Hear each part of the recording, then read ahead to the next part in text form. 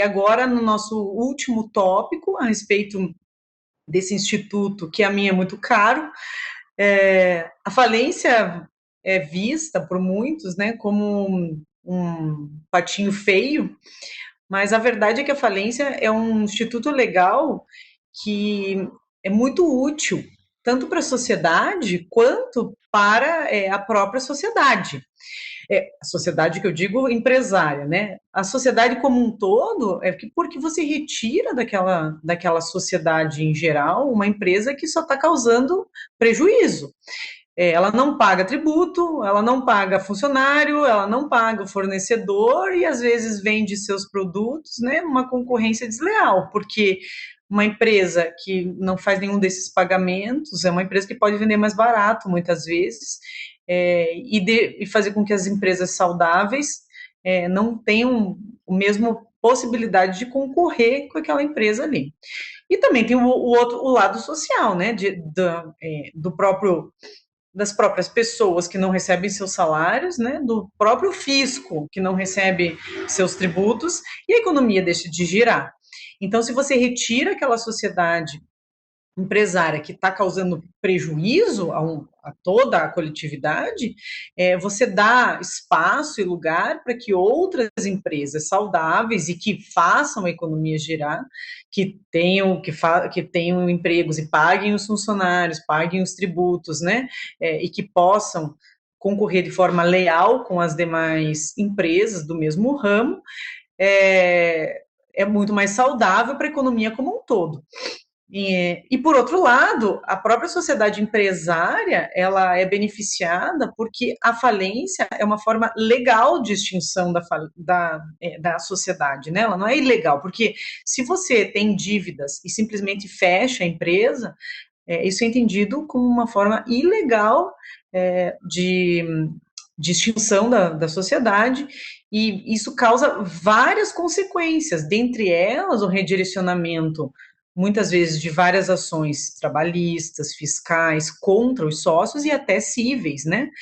Você pode entender aí que houve uma fraude contra credores, alguma situação que cause, né, a responsabilização pessoal dos sócios com seu patrimônio pessoal atingido. Então, a falência, ela impede que isso aconteça exatamente por conta de que ela é uma forma legal de extinção da sociedade.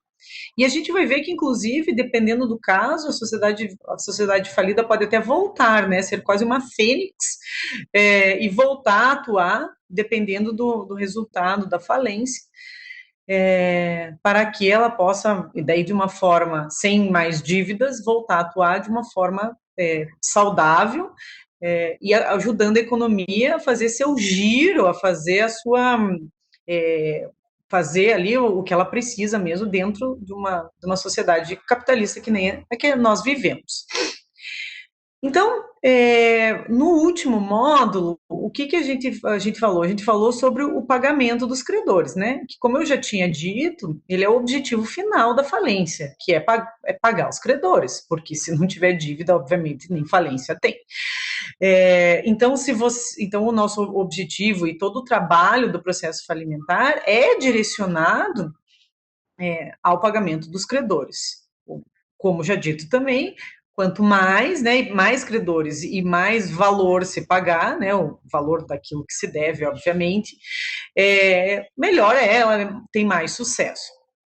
Digamos, tá, mas daí vocês podem me perguntar, mas e se não consegue arrecadar nada? O que acontece? Digamos que a empresa não tem nada, ou tem lá muito pouca coisa. Por exemplo, tem lá 3 mesas, 4 cadeiras, 2 computadores e só. Quanto que você arrecadou? R$ 150. Então você vai pagar os custos e só, né? E daí a gente chama de falência frustrada. Esse é um tipo de falência, né? Que houve uma frustração, porque não conseguiu se arrecadar absolutamente quase nada, né? Às vezes nada, ou às vezes às vezes o processo, por algum problema, fica um pouco abandonado, etc. Os bens acabam se acabando, né? Eles ficam né, depreciados, enfim, não valem mais nada. Hoje em dia, nós temos modelos de empresas que realmente de patrimônio não tem quase nada. Por exemplo,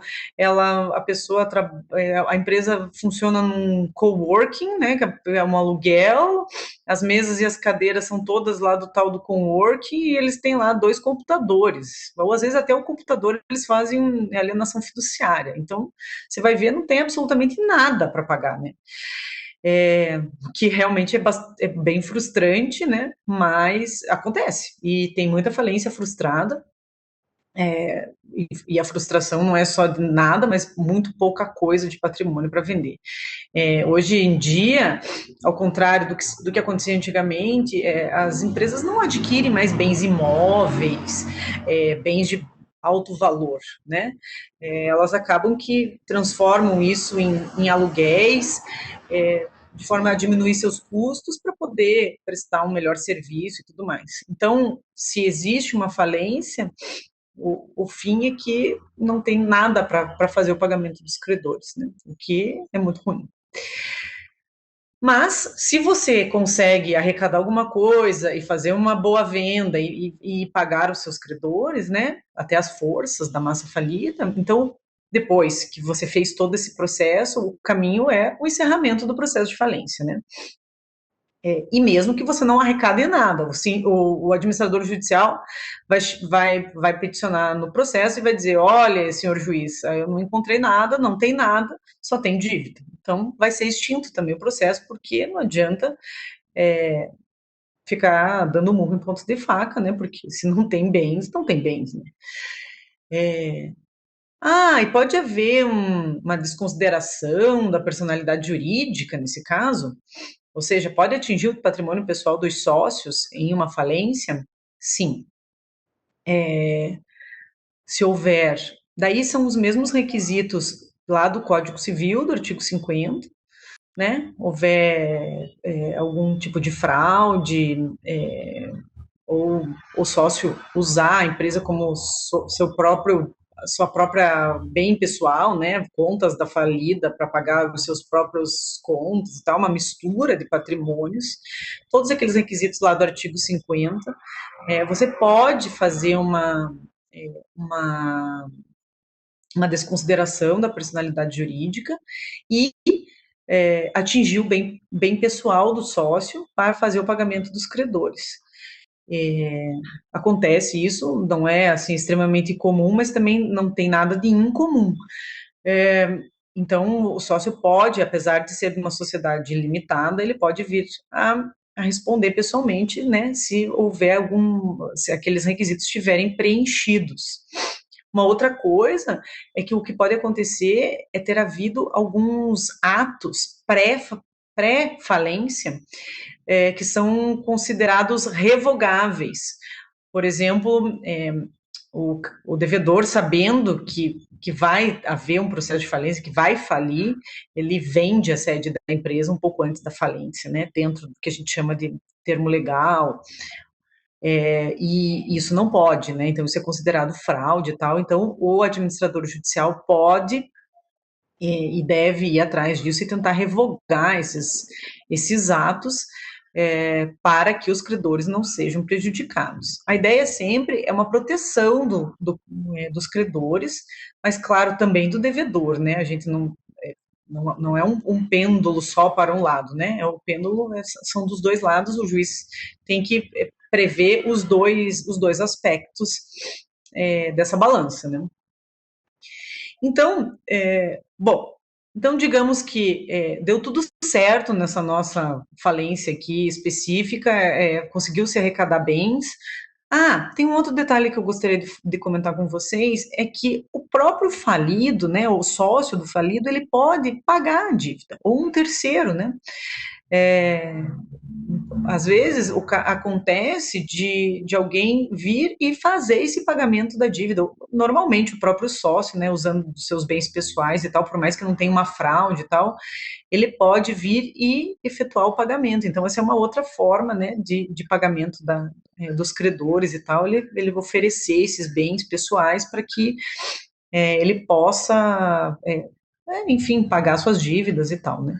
Então, isso é outra forma. Tá, então só retornando, se num caso, né, hipotético, houve a decretação da falência, o administrador arrecadou bens, esses bens foram avaliados e vendidos, e todos os seus credores foram pagos, ou parte dos credores foram pagos, né? Acabou as forças da massa falida.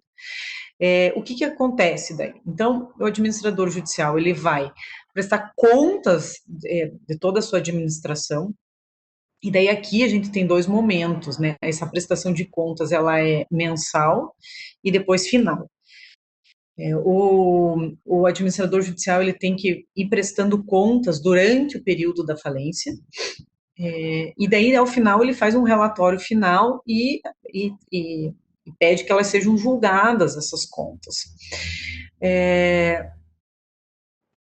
Por que ele tem que fazer essa prestação mensal? Porque o juiz possa realmente fiscalizar a atuação do administrador judicial durante todo o período da falência, para que não haja um abuso, principalmente na questão da administração dos bens da empresa, por exemplo, pagamento de segurança, né, de manutenção e tal. A gente já viu vários casos, né, reais, de abuso por parte de administrador judicial na administração dos bens, o que é muito ruim, né?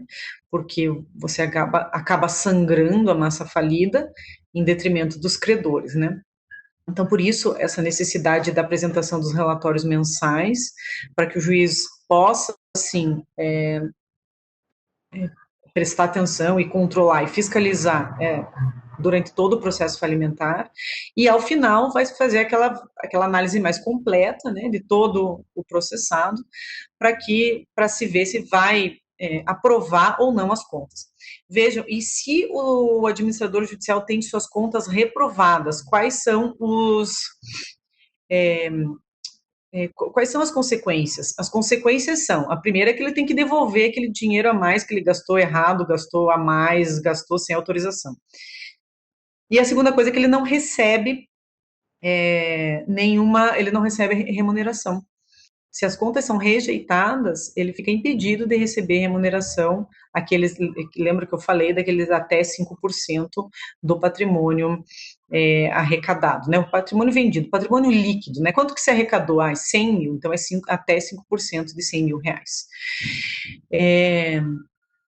O que pode, se for uma massa falida muito rica, né, representar um valor muito expressivo. Por isso que se deve prestar bastante atenção nas contas para se ver se o administrador está prestando as suas contas de uma forma correta, gastando o dinheiro da massa de uma forma correta.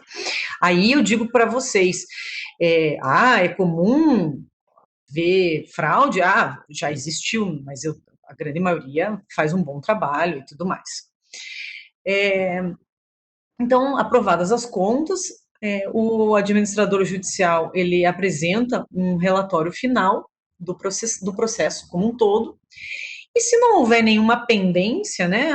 Mas ainda está faltando julgar uma ação, tem um precatório que não foi pago, sabe? Tem várias situações que podem acontecer que impedem, né, o encerramento da falência. Tenho várias não, mas algumas falências que estão lá suspensas, aguardando o encerramento de alguma outra situação que não depende da própria falência, que não é dentro do processo de falência, mas que impede o encerramento, né? Porque pode causar, por exemplo, a vinda de outros bens para o patrimônio da empresa. Então, mas se não tem nenhum óbice, o juiz vai o quê? Proferir uma sentença de encerramento da falência. Puxa, mais uma sentença? Então, a falência é um processo que tem duas sentenças.